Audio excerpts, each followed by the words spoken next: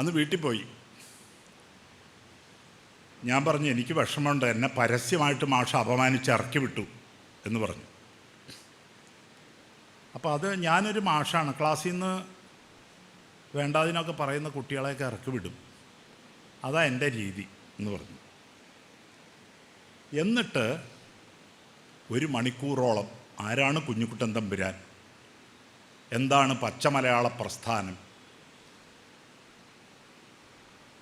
എന്താണ് കുഞ്ഞുകുട്ടൻ തമ്പുരാൻ്റെ സംഭാവന തുടങ്ങിയ കാര്യങ്ങളെക്കുറിച്ച് ഒരു ക്ലാസ്സാണ് എനിക്ക്. ആ മുഷിഞ്ഞ ക്യാൻവാസ് ചെയറിൽ നിന്നിങ്ങനെ എഴുന്നേറ്റ് നിന്നിട്ട് ഈ ഹനുമാനൊക്കെ ഇങ്ങനെ വിജൃംഭിച്ച് നിൽക്കുന്ന പോലെ നിന്നിട്ട് ഒരു പ്രഭാഷണമാണ്. പിന്നെ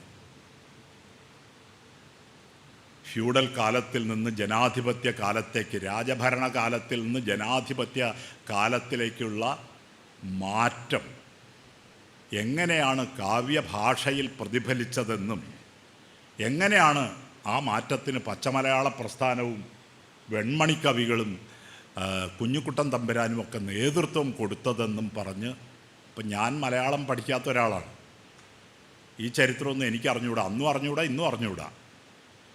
ഒരു പ്രഭാഷണമാണ്, ഒരു ഗംഭീരമായ പ്രഭാഷണം, ഞാൻ മാത്രമേ ഉള്ളൂ കേൾക്കാൻ.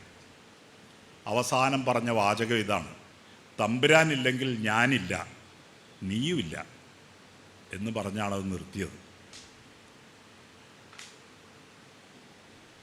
ഞാൻ പേടിച്ചു പോയി.